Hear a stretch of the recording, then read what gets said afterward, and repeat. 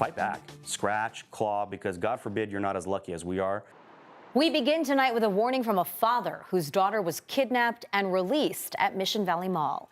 Good evening. Thanks for joining us. I'm Marcella Lee. And I'm Anna Laurel in for Carlo Chiquetto. A man is behind bars right now accused of 2 kidnappings at the Mission Valley Mall. One happened Tuesday. The second was yesterday. Both children, little girls, ages 5 and 6 years old, are safe right now with their families. CBS 8's Kirsten Holmes has been following the story for us. She joins us live now from Mission Valley, not far from where the kidnappings were reported. Kirsten? Yeah, I'm here at Mission Valley Mall because San Diego police have arrested one suspect, Arturo Rene Lujan, for 2 separate kidnappings that happened here at the mall. The first happened on Tuesday around 1:30. The second just yesterday around 2 o'clock. We talked to the father of the little girl who was picked up and then released on Tuesday.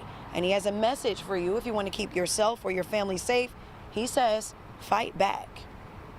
We'd gone over this before, so there's always been a plan in place. Vince, who didn't want to give his last name to protect his and his family's identity, says knowing what to do before anything happens is key. My daughter, thankfully we've gone over it before, and so she knew exactly what to do, which was, hey, let's yell, let's scream. Vince says his daughter was taken Tuesday as his wife and their young son were heading to their car in the Buffalo Wild Wings parking lot. As they were approaching the parking lot, a gentleman came up right from behind my daughter and picked her up and turned around, and my wife, within a second or two, kind of after processing it, realized, hey, what's going on? Immediately responded, as if, oh, I thought this was someone else, and put my daughter down. And my wife, she was holding a cast iron skillet in her hand, so she had threatened to swing at him, and at that point he put her down. We've told our kids at any point, if there's someone that you don't know, that you don't recognize, if they touch you, pick you up, to immediately run and yell as loud as you can.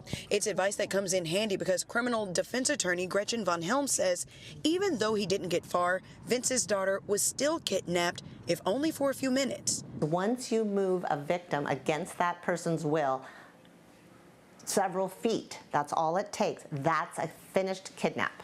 Von Helm says the penalty for kidnapping is 11 years. If you kidnap a child for ransom or for other bad purposes, then that elevates the punishment up to life.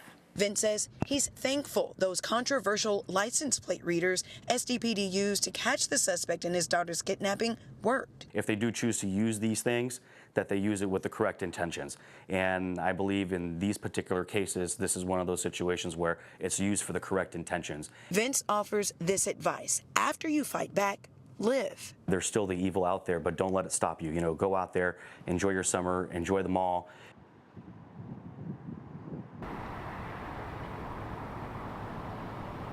Vince wants to thank San Diego police for taking the time and the care with his baby girl just to make sure she was okay after a really scary situation. He also wants to thank Target Security for being there and stepping into action to help his family on that Tuesday. Arturo Rene Lujan's first court appearance is an arraignment that is scheduled for Tuesday. Reporting for CBS 8, I'm Kirsten Holmes. Back to you.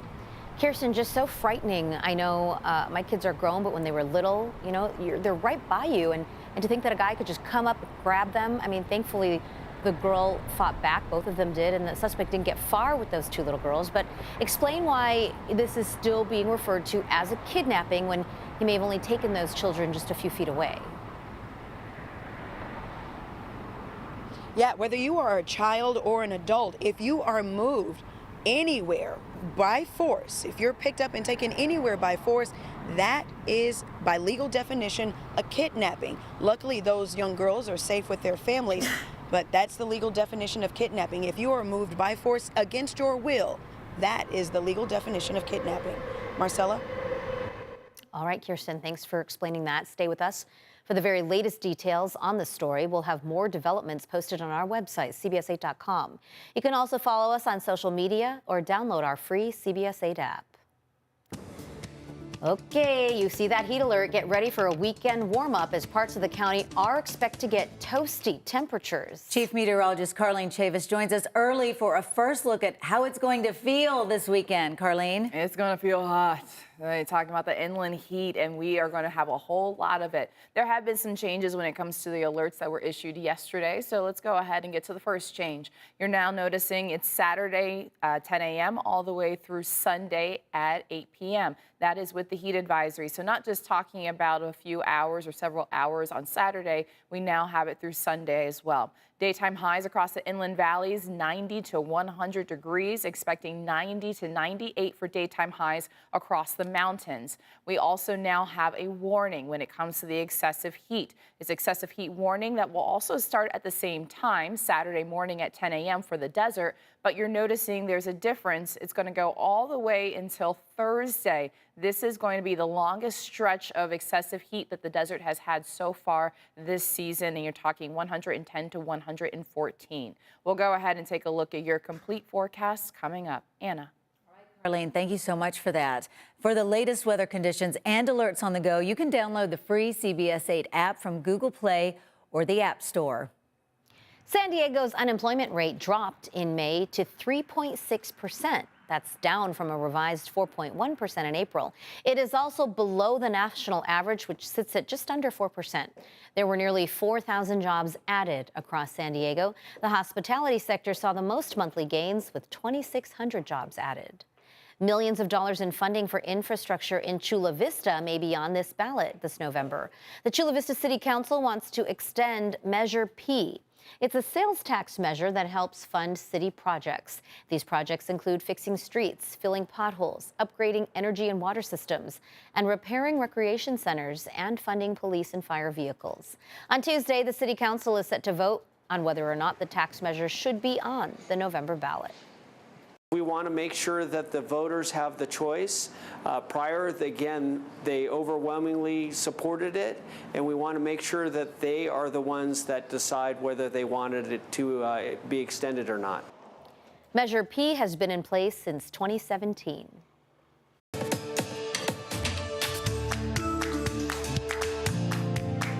New tonight, we're getting a look inside an illegal gambling den that San Diego police shut down this week in Kensington. Investigators tell us it was operating inside a home on El Cajon Boulevard near 42nd Street. Officers served a search warrant yesterday. They seized nearly 24 illegal gambling machines, along with drugs, drug paraphernalia, and nearly $5,000 in cash. 9 people were inside when police got there. They were warned if they were contacted for illegal gambling again, they could be cited.